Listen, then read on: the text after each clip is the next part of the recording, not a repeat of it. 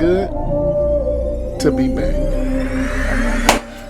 Yo, what's up, world? Welcome back to the channel. APW Sports signing in, and welcome to episode 3 of season 3 of Chicago Bears Weekly. Now, free agency for the 2020 NFL offseason is just a couple of short weeks away. We have a lot of deals that has to be done, people that have to be paid, and etc. etc. So, in today's episode of Chicago Bears Weekly, we're going to take a look back into some Chicago Bears history. And with the looking back at the history, we're going to take a look at the top 5 free agent signings in the history of the Chicago Bears. So, without further ado, let's dive into it.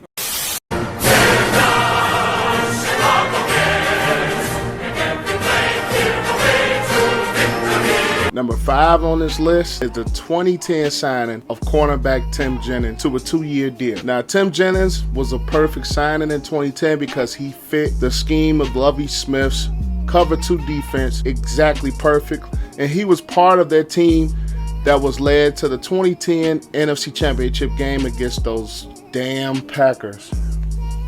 But we're not going to go there. But he was a key free agent that year, because he not only one, like I said, fit the scheme, he was also a big playmaker. He made plays, he was able to get interceptions, and he led the league with 9 picks in 2012, and he was a 2-time Pro Bowler in 2012 and 13 as a member of the Bears. After the 2013 season, he was signed to a 4-year, $22 million extension. Unfortunately, he did not have the greatest of seasons in 2014 and was eventually released after the 2015 season.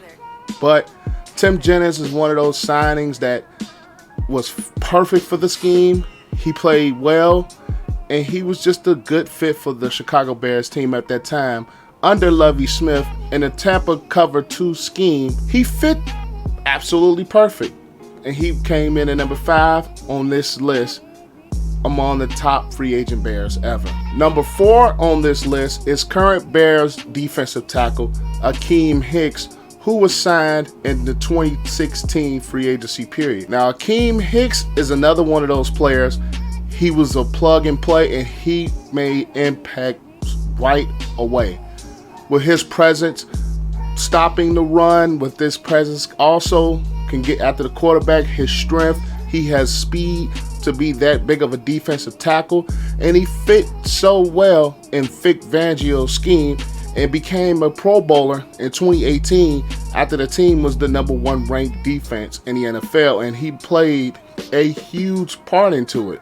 And even after his first season in 2016, he signed a 4-year extension because they knew that he could be a big part of this defense, and he's proved over his time as a Chicago Bear to be a big part of defense. And we seen it in 2019 when his presence was lost, how the defense was affected because of the pass rush couldn't get going, because he was the guy that ate up double and triple teams because he was hard to stop as that big force up the middle. Hakeem Hicks, great player, and he's also an excellent leader, not only off the field, but he has that emotional leadership that the Bears needed and still need at this point. He is one of those guys that is electric, fun to watch, and he looks like on the field he has a lot of fun. Hakeem Hicks is a great free agent pickup for the Bears, and to this day he is still making an impact on the Chicago Bears defense. So he comes in at number 4 on this list. The number 3 free agent pickup of all time is Thomas Jones in 2004. He was the bell cow running back. He was that type of back that ate up a lot of carries. He was the type of back, he would dance a little bit. That used to annoy me. Yes, I'm not going to lie to you guys. But he was that running back. You can hand the ball off to him 20 to 25 times, maybe even 30 times in certain situations, and he can get you those yards.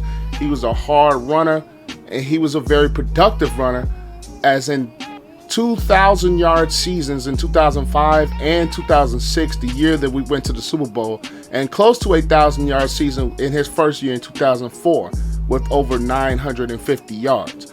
So he proved to be a back that you can hand the ball off to, and he was a very, very productive back. He was a big key in the running game that helped us to that 2006 Super Bowl berth. He had the combination. He had some speed, but he had a lot of strength, and he was a guy that played hard every time you watched him play. And his effect on the Bears offense, which was kind of lacking at the quarterback position, if you want to be honest, with Rex Grossman at the helm and young Kyle Orton. His presence was the presence that really, really made key for the Bears to have success in those first couple of years under Lovie Smith.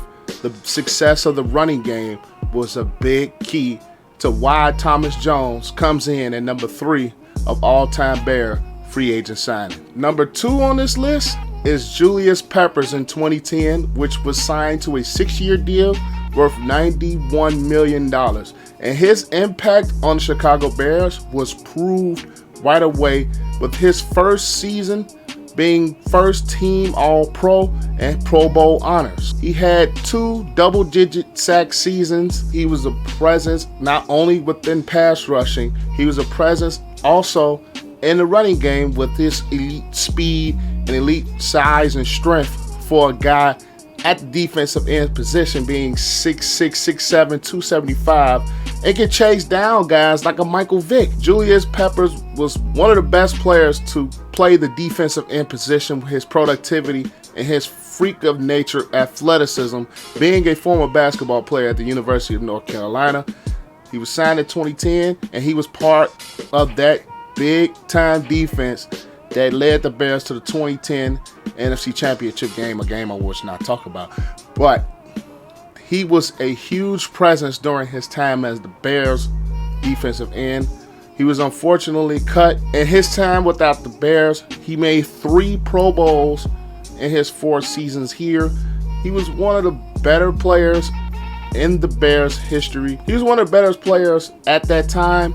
He was one of those players that made the defense better because he ate up a lot of those double and triple teams chipping him because of his presence, and it just opened up the defense for everybody else, especially in a cover 2 scheme where the Bears didn't blitz a whole lot.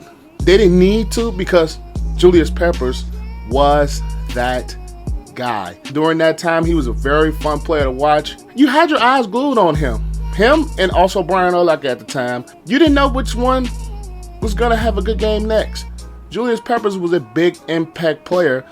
It was just unfortunately that the Bears had to cut him because of salary cap reasons. If they wasn't for that, I think he would have finished his career as a Chicago Bear. So Julius Peppers, great player, great impact, and he comes in at number 2 on this list, a top Bear free agent. Number 1 on this list is Steve McMichael, pickup in 1981 after his rookie season with the New England Patriots. Steve McMichael obviously is probably one of the best Bear defensive tackles ever. Coming from a lineage of Bears defensive players, he is one of the better defensive players that the Bears have seen. Of course, you guys already know he was one of the key members of the 1985 dominant Bears defense. He was a key part in that 4-6 scheme. He was a key part in his time throughout the Bears. He finished his Bears career with 92 career sacks as a Bear. 92 sacks as a Bear. That is a lot of sacks, especially for a guy that is in the interior of the defensive line. 92 sacks. Steve McMichael was hard-nosed, fought hard, he played hard, played through a lot of injuries. He was one of those guys that was just going to get after it no matter what. Hard-nosed football player. He was just, I want to say he was a dominant force. Then he was paired with Richard Dent, Dan Hampton, Mike Singletary at the linebacker position. He was just a huge part of that Bears defense that was so dominant throughout the 80s, leading them to trips to the NFC Championship game in 1984, 85, of course, and the 1988 season. He was a big part of that, being that interior presence on the defensive line that was strong, fast, can move, and he was just a huge presence along the Bears defensive front. And I think, honestly, he's a snub for the Hall of Fame. Honestly, he is a very, very snubbed Hall of Famer, being a first-team All-Pro and also making 2 Pro Bowls as a Chicago Bear. It's just wrong that a guy that was so productive like Steve McMichael was during his time is not in the Pro Football Hall of Fame. I still think he's a snub. You guys can probably debate that in the comments section, but to me, Steve McMichael is a snub from the Pro Football Hall of Fame. He should be in there. The career he had, being an interior defensive lineman and having 95 career sacks, 92 of them as a Bear, of course, but 95 career sacks as a defensive tackle. He should be in the Hall of Fame. Big snub. His career as a Chicago Bear and the impact he had in leading them to a Super Bowl championship on the most dominant defense to ever play the game is the reason that he comes in at number 1 of all-time Bear free agent signings. That is all I have for you guys. Be sure to like, comment, share, and subscribe to the channel, as that helps the channel to grow. And also keep up with me on Twitter and Instagram. Both handles are APW Sports, and both will be linked in the description below. Thank you guys for tuning in into another episode of Chicago Bears Weekly. You guys have a great and excellent day, and I will see you guys next time. Peace out. I wanna say thank you to my mom and my daddy for making love the night that you had me. Wanna thank my friends, my sister, and my brother.